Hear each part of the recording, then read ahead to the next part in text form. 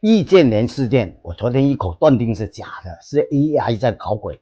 新鲜热辣的突发事件啊，哪个警务人员会泄露啊？大数据之下，一下子就能查出来。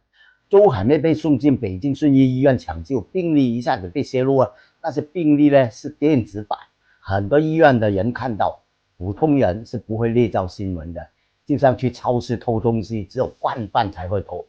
左伟虽然被封号啊，但一般别有用心的人呢，依然刻意把那个假新闻，就像被封号的那个咪蒙啊，一个离婚女人招来100个小鲜肉，天天就有小鲜肉来围绕一些话题来造假、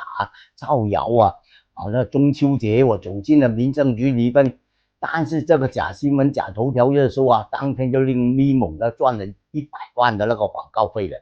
其实中秋节民政局根本都没有开门。现在有狗仔队跟一些平台呢签了爆料合约的，弄不出头条热搜就要退款，所以呢才有人呢这些不法分子出现了。现在外网抛下一些假新闻的话题，然后就动员其他平台几十个账号的一块转发，制造话题，从而达到他们的头条热搜计划。